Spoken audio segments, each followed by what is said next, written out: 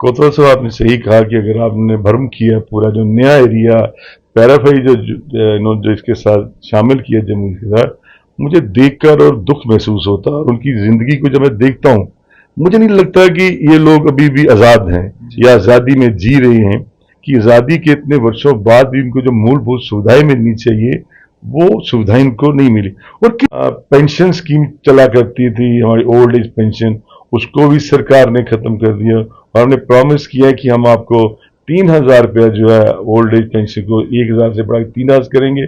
और हमने कहा है कि ये मीटर इंक्वायरी कराएंगे, इसके जो घपला हुआ इसमें उसको हम जो भ्रष्टाचार इसके पीछे उसको नहीं छोड़ेंगे। जम्मू ईस्ट कांग्रेस के प्रत्याशी और पूर्व मंत्री हमारे साथ इस समय मौजूद हैं योगेश सानी जी। इनसे जानने की कोशिश करते हैं कि तीसरे फेस के जो चुनाव है वो सर पर आ चुके हैं और इनकी तैयारियां इनकी किस प्रकार की चल रही है वो इनसे जानने की कोशिश करेंगे। स्वागत है सर आपका हमारे चैनल में। नमस्कार कोतवाल साहब। सर कैसी चल रही है? अभी अंतिम चरण पर है इलेक्शंस, तीसरा फेस आने वाला है, तो क्या कहना चाहते हैं आप? कैसी आपकी तैयारियां हैं?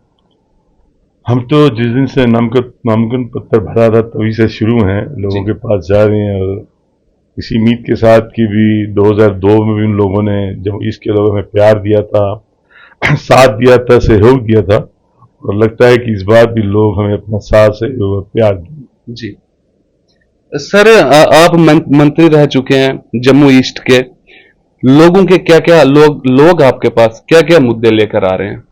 अभी सबसे बड़ा मुद्दा तो हमारा पिछले 10 वर्षों से जो इस सरकार ने हमारे जम्मू कश्मीर के लोगों के ऊपर जो जुल्म ढाए और डिक्टेटरशिप का राज रहा, काफी सालों से लोग परेशान हैं, लोगों की बड़ी दिक्कतें हैं। खास करके जो हमारी एक स्टेट थी कई सालों से, ये कोई स्टेट ऐसे नहीं बनी थी। महाराजा जी ने जो स्टेट जो जब खरीदा था, ये अपने आप में खुद मुख्तियार एक स्टेट थी। जब देश आजाद हुआ तो छोटी छोटी रियासतों को जोड़कर एक स्टेट रियासत बनाई गई थी, बड़ी रियासत बनाई गई थी। तो उसको डिग्रेड करके उस स्टेट के टुकड़े कर दिए, 2 टुकड़े कर दिए। मैं तो 2 टुकड़े में कहता हूँ कि 3 टुकड़े हुए इसके। एक टुकड़ा पाकिस्तान ऑक्युपाइड में चला गया और एक लद्दाख हमसे काट दिया, और उसके बाद जम्मू कश्मीर को यूनियन टेरिटरी बना दिया। हमने कई यूनियन टेरिटरीज को स्टेट बनते हुए देखा है, लेकिन किसी स्टेट को यूनियन टेरिटरी बनते हुए पहली बार देखा, वो भी इस भाजपा के राज के अंदर।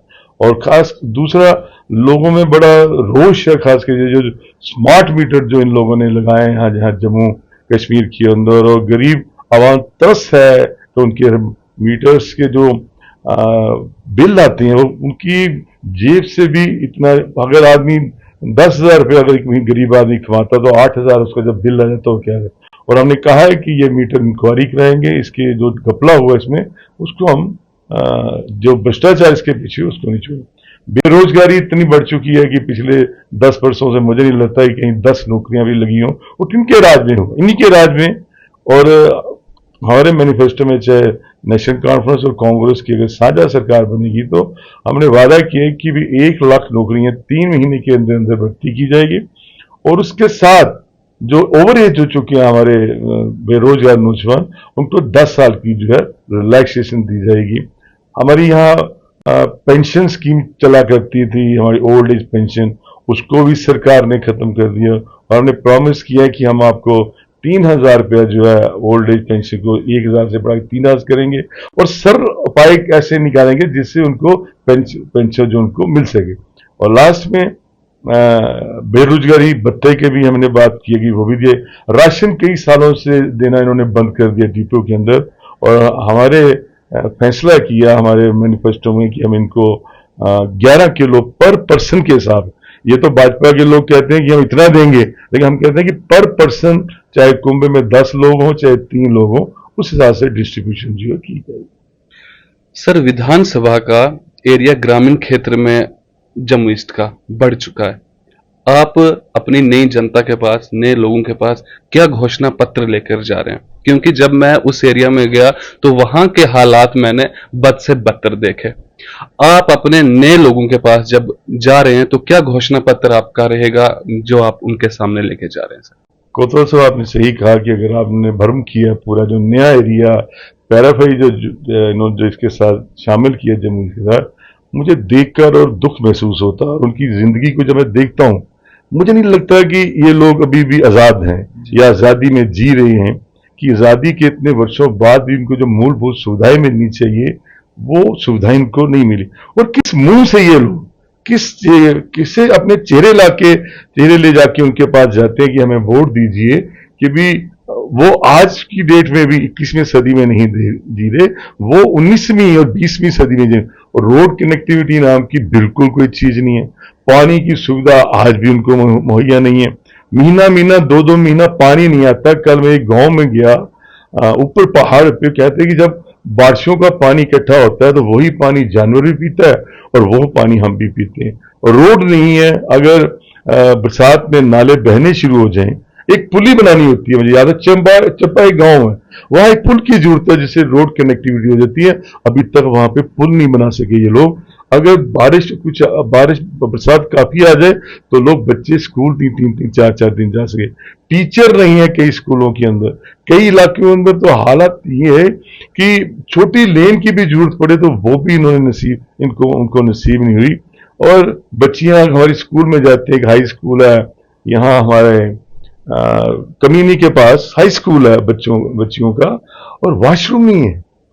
और कैसी जिंदगी वो लोग जी रहे हैं। और मैंने कहा है कि अगर मुझे परमात्मा की दया से दोबारा अगर आपका प्यार, सहयोग और साथ मिला तो हम लोग जम्मू बैठ के फैसला नहीं करेंगे, या मैं बख्शीनगर बैठ के फैसला नहीं करूंगा कि मैंने कहा डेवलपमेंट करानी। मैंने कहा मैं आपके बीच आऊंगा, उस गांव के बीच आऊंगा जहां जहां हम लोग गए हैं।